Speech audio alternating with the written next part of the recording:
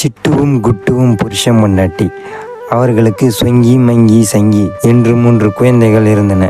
அம்மா, இன்னைக்கு ஒரு நாள் மட்டும் ஆத்தங்கரைக்கு சென்று குளிச்சுட்டு வந்துடுறோமா, சரியா என்று சொன்னதும் சிட்டு, கண்ணுங்களா, ஆற்றில் நிறைய தண்ணி வருகிறது, அங்கெல்லாம் போக வேண்டாம். ஆமாம்மா, சங்கி சொல்ற மாதிரியே நாங்க ஆற்றங்கரையில போய் குளிச்சுட்டு வந்துடுறோமா இன்னைக்கு ஒரு நாள் மட்டும் என்று சொல்லிவிட்டு சொங்கியும் சங்கியும் சென்றன.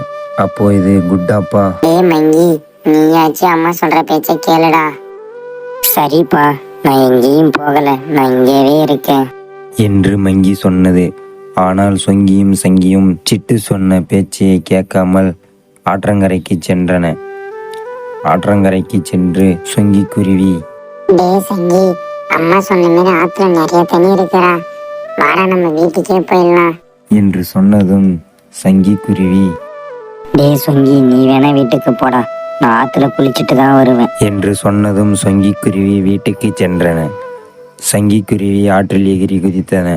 அப்போது சூழலில் மாட்டிக்கொண்டது சங்கி குருவி. கடவுளே என்னை காப்பாத்துங்கள், கடவுளே என்னை காப்பாத்து. அப்போது தூரத்தில் ஒருவர் வருவதை பார்த்ததும், ஆஹா, அதோ ஒருவர் வருகிறார், அவரை காப்பாற்ற சொல்லலாமா? வேண்டாம் வேண்டாம், அவர் நம்மளை சிறைபிடித்து வைத்து விட்டால் நம்மளை கடவுளே காப்பாத்துவார். கடவுளே என்னை காப்பாத்துங்கள், கடவுளே என்னை காப்பாத்துங்கள். அங்கு மீண்டும் ஒரு சிறுவன் வந்தான். இந்த சிறுவனை கூப்பிடலாமா? வேண்டாம் வேண்டாம், இவன் நம்மளை காப்பாத்தி சுட்டு சமைத்து விட்டால் நம்மளை கடவுளே காப்பாத்துவார் என்று நினைத்து கொண்டு, கடவுளே என்னை காப்பாத்துங்கள், கடவுள் என்று சொல்லிக்கொண்டே சங்கி குருவி உயிரை விட்டது.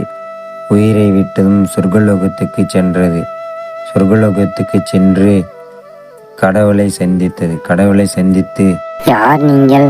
இது என்ன இடம்? நான் எங்கு வந்திருக்கிறேன் என்று கேட்டது. நான் தான் கடவுள்.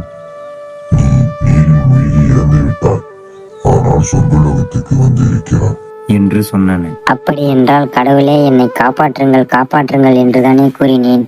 ஏன் என்னை நீரில் மூழ்கி சாகடித்து விட்டீர்கள்? ஏன் என்னை காப்பாற்றவில்லை? நான் தான் உன்னை காப்பாற்றுவதற்காக 2 மனிதர்களை அனுப்பி வைத்து நீதான் அவர்களை தவறாக புரிந்து கொண்டு காப்பாற்ற சொல்லி அவர்களிடம் உறவே இல்லை. இதில் என்னுடைய தப்பு எதுவும் இல்லை என்று சொன்னதும் சங்கி குருவி, அடடா, நம்ம தான் அவர்களை தவறாக புரிந்து கொண்டோம். ஆபத்துன்னு வரும்போது யாராக இருந்தாலும் உதவி கேட்டிருக்க வேண்டும். இது என்னுடைய தப்புதான் என்று சங்கி குருவி புலம்பியது.